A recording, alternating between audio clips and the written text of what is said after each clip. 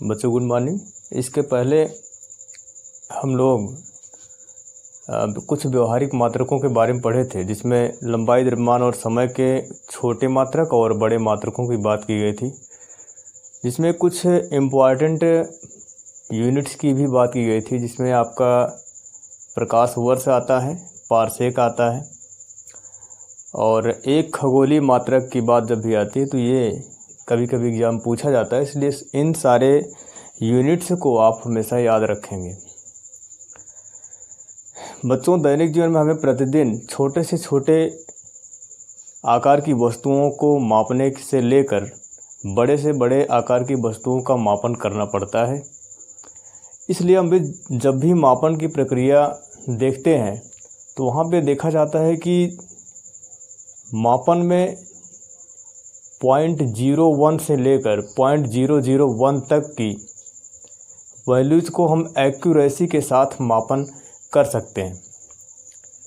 कभी कभी ऐसा होता है सेंटीमीटर पैमाने पर भी वस्तुओं का मापन करना पड़ता है, या उससे ज़्यादा एक्यूरेसी में जाना हो तो हम वर्नियर कैलिपर्स और पेच मापी या गोलाई मापी का उपयोग करते हैं, जिसमें हम पेच मापी और गोलाई मापी, पेच मापी या गोलाई मापी या फिर वर्नियर कैलिपर्स की बात करें तो वर्नियर कैलिपर से लगभग 0.01 सेंटीमीटर से लेकर, इसको हम मिलीमीटर में भी कर सकते हैं, 0.1 मिलीमीटर तक, या फिर स्क्रू गेज या गोलाई मापी से 0.001 सेंटीमीटर से लेकर 0.01 मिलीमीटर तक के रेंज की जितनी भी वैल्यू होगी वो हम आसानी से इन इंस्ट्रूमेंट की सहायता से माप सकते हैं।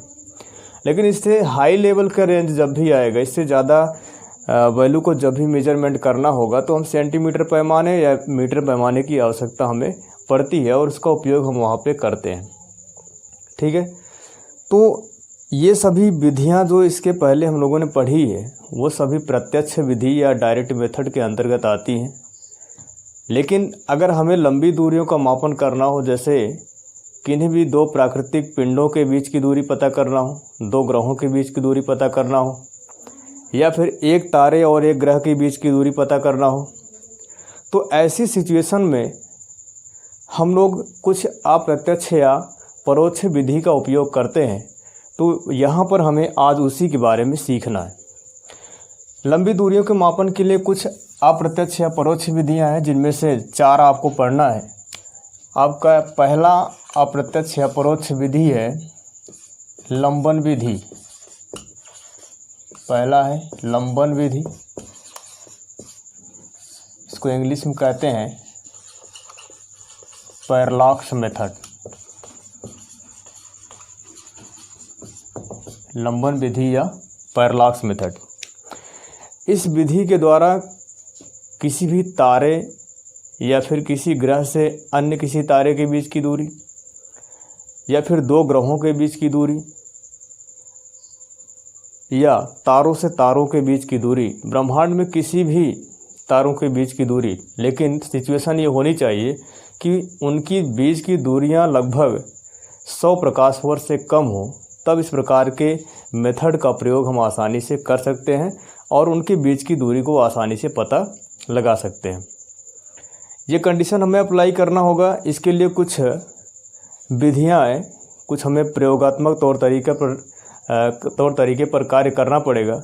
उसके लिए हम कुछ प्रयोग करते हैं, और प्रयोग के द्वारा उस विशेष ग्रह या जो हमारा स्टार होगा उस पर बनने वाले एंगल का मान पता करते हैं, और बेसिस का मान पता करके हम उस ग्रह या स्टार या जो भी हो हमारा तारा हो उसके बीच की दूरी आसानी से पता कर सकते हैं।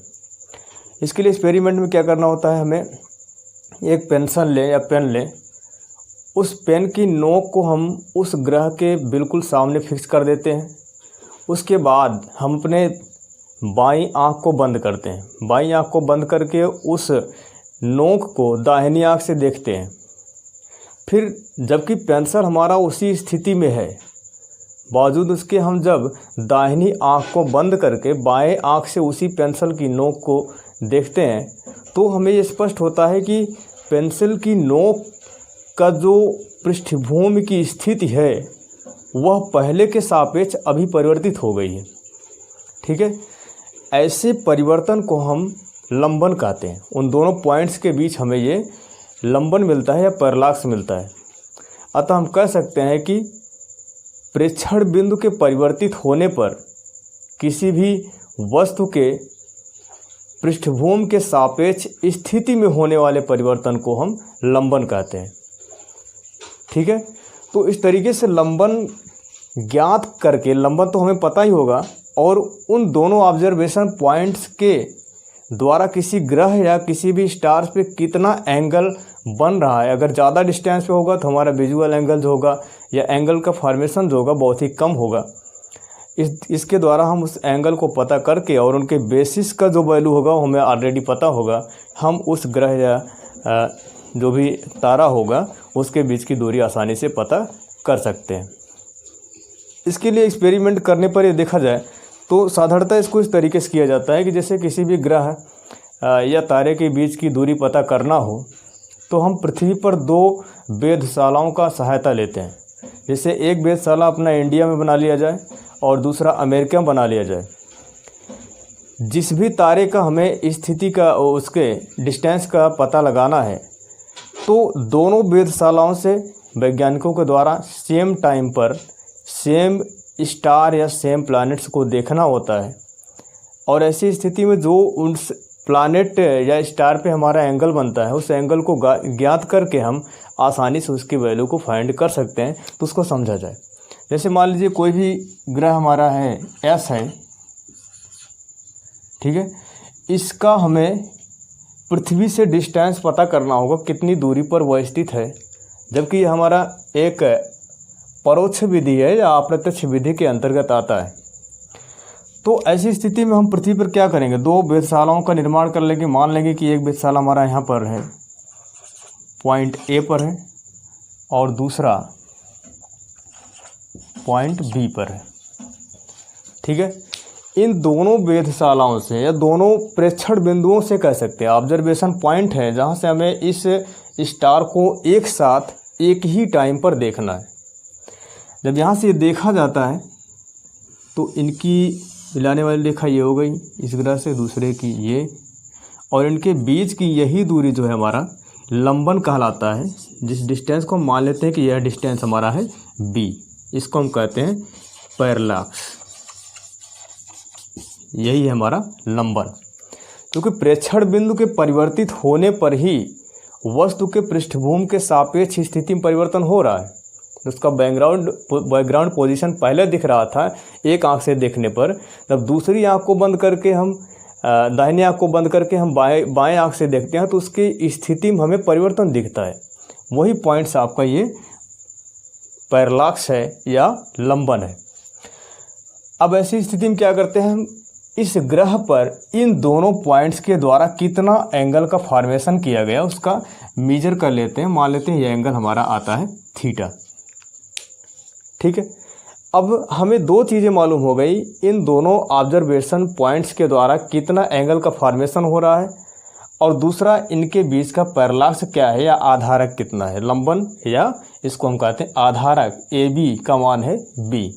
अब हम ऐसी स्थिति मान लेंगे कि इन ऑब्जर्वेशन पॉइंट से या इस ग्रह से, चूँकि संपूर्ण पृथ्वी को ग्रह के रूप में ट्रीट किया गया, तो उस ऑब्जर्वेशन पॉइंट को हम ग्रह के रूप में रखेंगे। इनके बीच की दूरी है d। तो हम जानते हैं कि एंगल का मान होता है कोण बराबर आर्क बाय रेडियस, तो हो जाएगा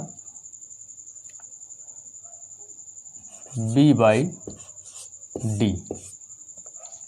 ठीक है, इस तरीके से यहाँ पे हमें d का मान पता करना है, तो ये हो जाएगा d बराबर b अपान थीटा, जहाँ पे थीटा एंगल जो है इन ऑब्जर्वेशन पॉइंट के द्वारा उस ग्रह पर बनाया गया कोण है।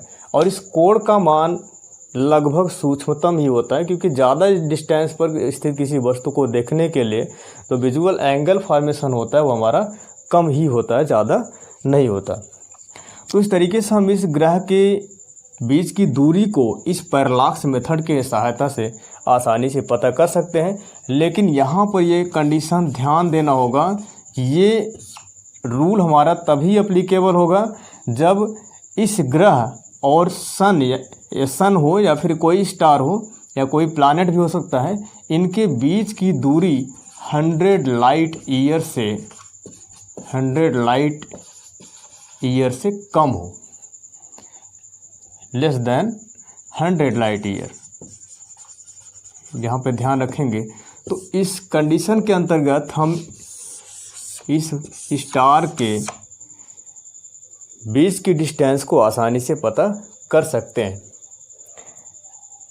और ज़्यादा एक्यूरेसी में अगर हमें इसकी वैल्यू को फाइंड करना हो तो हम ये मान लेते हैं कि इसके समकक्ष ही कोई अन्य ग्रह किसी s डैश डिस्टेंस पे स्थित है, इधर भी और इस तरफ भी।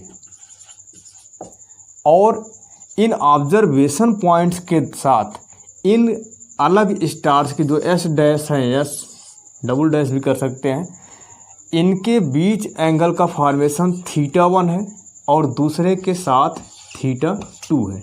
ज़्यादा सरलता में स्थिति बनाने के लिए और वैल्यू को एक्यूरेसी के साथ प्राप्त करने के लिए इस तरह की व्यवस्था को हम बनाते हैं कि जिस स्टार या जिस प्लैनेट की डिस्टेंस का मेजरमेंट हमको करना होगा उसके समकक्ष या लगभग उसके पास ही किसी अन्य स्टार की पोजीशन को हम यहाँ देख लेंगे और उसके साथ ही इस ऑब्जर्वेशन पॉइंट के साथ कितना एंगल फॉर्मेशन रहा उसको माप लेंगे। यहाँ पर भी ठीक वही प्रक्रिया करेंगे। तब ये जो हमारा एंगल बनेगा ये हो जाएगा θ = θ1 + θ2। इस तरीके से फार्मूला हमारा चेंज हो जाएगा D = B/θ1 + θ2। और इस फार्मूले से हम आसानी से किसी भी स्टार या प्लैनेट के बीच की दूरी को पता लगा सकते हैं, जो कि पैरालॉक्स मेथड के अंतर्गत आता है। ठीक है, ये तो आपका पहला था जो लंबी दूरियों के मापन में प्रयोग में लाया जाता है। अभी इसके बाद आपका आता है इको मेथड। प्रतिध्वनि विधि भी इसी के अंतर्गत आता है। प्रतिध्वनि विधि के द्वारा जैसे पृथ्वी से चंद्रमा के बीच की दूरी कितनी होगी या अन्य छोटे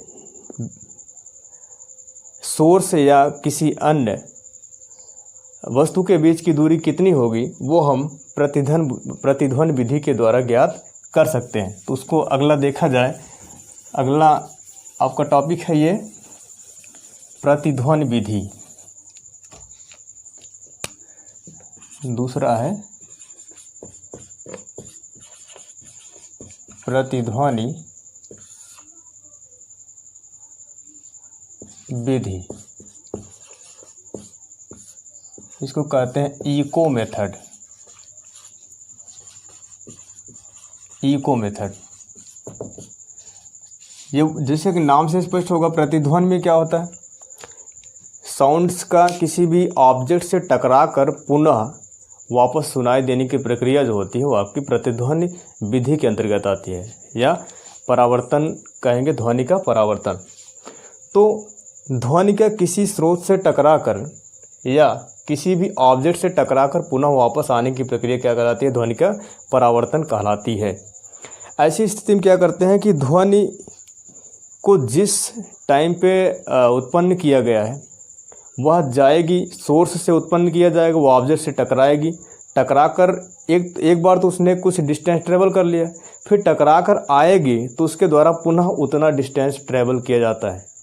और जो साउंड की वेलोसिटी होती है वो हमको पता ही है, उसके द्वारा कितना डिस्टेंस ट्रेवल किया गया या वह ऑब्जेक्ट उस ध्वनि उत्पन्न करने वाले स्रोत से कितनी दूरी पर है वह आसानी से पता किया जा सकता है। लेकिन कंडीशन इसमें ये होनी चाहिए कि प्रतिध्वनि उत्पन्न करने के लिए सोर्स और ऑब्जेक्ट के बीच की जो न्यूनतम दूरी है वह लगभग 17.7 मीटर होनी चाहिए।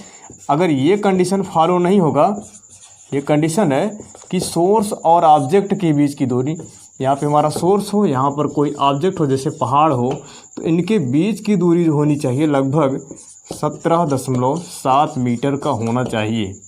न्यूनतम दूरी है ये 17.7 7 मीटर। ठीक है, अब इसमें होता क्या है कि साउंड इस सोर्स से जब भी उत्पन्न होगा वो यहाँ से चलेगा और फिर ऑब्जेक्ट से टकराएगा। अगर हम मान लें कि सोर्स और ऑब्जेक्ट के बीच की दूरी s है तो डिस्टेंस कितना ट्रैवल किया इसने, एक बार यहाँ से यहाँ तक आएगा तो s दूरी तय किया, फिर टकरा कर पुनः इस व्यक्ति को सुनाई देगा। अब इस साउंड्स के उत्पन्न होकर यहाँ से टकराने और पुनः वापस आने के बीच कितना टाइम लगा है वो हम नोट कर लेते हैं, मान लेते हैं टाइम t है। और इसके द्वारा टोटल डिस्टेंस कितना ट्रैवल किया गया, एक बार तो इसने s दूरी तय किया है, फिर टकरा कर पुनः s दूरी आता है, तो total distance covered by the sound हो जाएगा 2s। और किस वेलोसिटी से जाएगा वो आपको पहले से ही पता है कि साउंड अपनी वेलोसिटी जाता है v बराबर 332 मीटर पर सेकंड इन एयर। अब यहाँ से इसके बीच की दूरी कितनी होगी, इस सोर्स और ऑब्जेक्ट के बीच की दूरी पता लगाने के लिए हमें s की वैल्यू फाइंड करनी है। तो दूरी बराबर क्या होता है, चाल गुणे समय।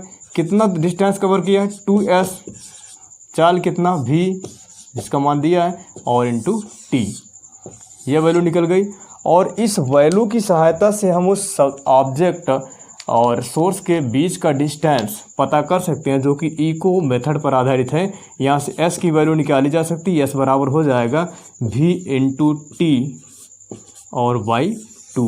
ये आपका यहाँ से फार्मूला का डेरिवेशन होता है, ये इको मेथड के अंतर्गत आता है। ठीक है, अब इस लंबी दूरियों के मापन के अगले क्रम में जो आपका अगली विधि है वह लेज़र मेथड है।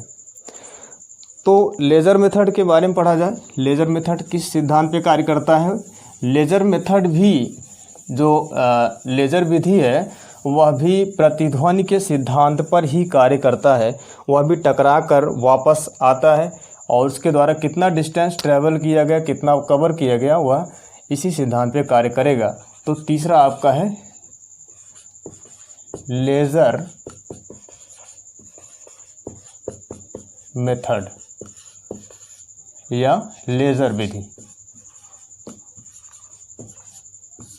लेज़र विधि इसका भी जो प्रिंसिपल है, सिद्धांत है प्रतिध्वनि के सिद्धांत पर। इसका सिद्धांत क्या है, प्रतिध्वनि के सिद्धांत पर कार्य करता है। लेज़र मेथड भी जो है वह प्रतिध्वनि के सिद्धांत पर कार्य करता है। लेज़र का पूरा नाम जो होगा light amplification by stimulated emission of radiation होता है। लेज़र का पूरा नाम लाइट एम्प्लीफिकेशन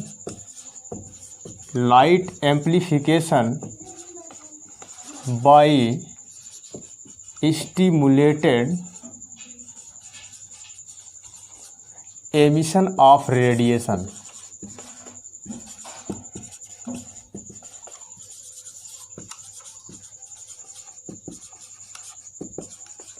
यह है लेज़र का पूरा नाम, light amplification by stimulated emission of radiation. इसका प्रिंसिपल आपको पहले ही बता दिया कि यह प्रतिध्वनि के सिद्धांत पर कार्य करता है। इसका मतलब अब देखिए लेज़र होता क्या है। लेज़र एक मोनोक्रोमेटिक लाइट बीम होती है। यह बहुत दूरी तक बिना डाइवर्ज हुए बहुत ज़्यादा लंबी डिस्टेंस को तय कर सकता है। तो ऐसे सिचुएशन में क्या होता है, जब भी लेज़र बीम को किसी भी टारगेट के लिए छोड़ा जाता है, इंसिडेंट करा जाता है, तो वह उस टारगेट से हिट होकर पुनः वापस उस सोर्स के पास आता है। और इस ड्यूरेशन में जो भी घटना हुई है, कितना टाइम लगा, वो हमें पता हो जाता है। हम टाइम कैलकुलेट कर लेते हैं और उसके बाद मान लेते हैं कि ऑब्जेक्ट और सोर्स के बीच का डिस्टेंस कितना होगा। ऐसे में हम इस मेथड का उपयोग करके पता लगा सकते हैं कि किसी भी पिंड के बीच की दूरी कितनी होगी। इसका उपयोग जो है मैक्सिमम जो है दो पिंडों के बीच की दूरी पता लगाने के लिए किया जाता है। जैसे पृथ्वी से चंद्रमा के बीच की दूरी कितनी होगी, वह इस लेज़र सिस्टम के लेज़र मेथड के द्वारा हम पता लगा सकते हैं। ऐसे में क्या करते हैं कि लेज़र बीम को हम एक ऑब्जर्वेशन पॉइंट से इंसिडेंट कराते हैं, छोड़ते हैं। वह लेज़र बीम आपके सैटेलाइट जो मून है, नेचुरल सैटेलाइट, उससे टकराकर पुनः पृथ्वी की तरफ वापस आता है और इस घटना के दौरान कितना टाइम लगा उस टाइम को कैलकुलेट कर लेते हैं। इसके बाद जो डिस्टेंस कवर किया गया वो हम आसानी से निकाल सकते हैं।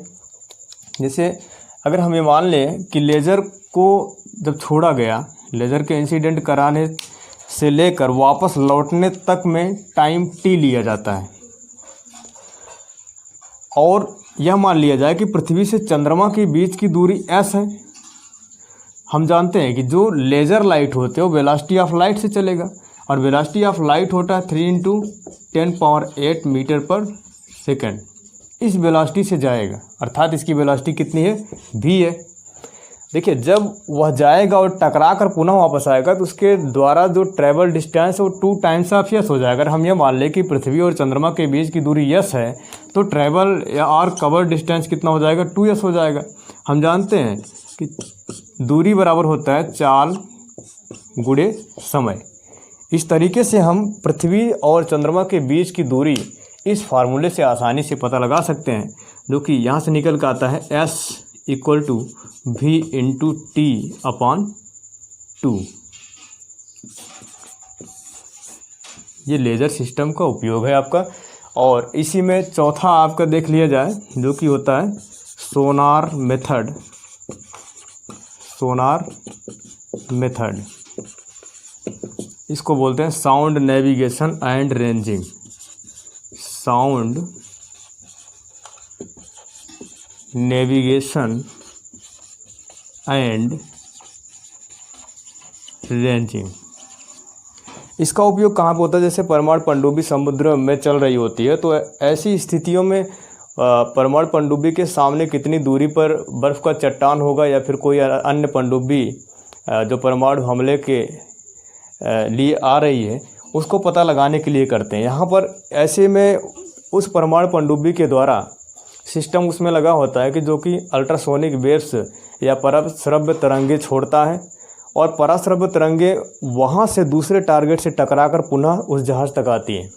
इसका मतलब ये हुआ कि हमारा जो सोनार सिस्टम है इसका भी प्रिंसिपल ठीक वही है जो लेज़र का था और इको मेथड में वहाँ पे प्रयोग में लाया गया था, अर्थात प्रतिध्वनि के सिद्धांत पर हमारा सोनार मेथड भी कार्य करता है। ऐसी स्थिति में हम क्या कर लेते हैं, वही फार्मूला हमारे लिए फिर से निकल के आएगा, s = v × t और s = v × t/2। इस तरीके से ये हमारे पास मूलभूत तरीके से 4 अप्रत्यक्ष विधियां हैं जो किसी भी वस्तु या किसी भी पिंड या सेलेस्टियल बॉडी के और किसी अन्य पिंड के बीच की दूरी को पता लगाने के लिए एप्लीकेबल है। तो इसको हम लोग पढ़ लेंगे, इम्पॉर्टेंट विधियां हैं। और इसके आगे कुछ छोटे छोटे डेफिनेशंस आपके हैं, वो आप स्वयं से पढ़ लीजिएगा। नेक्स्ट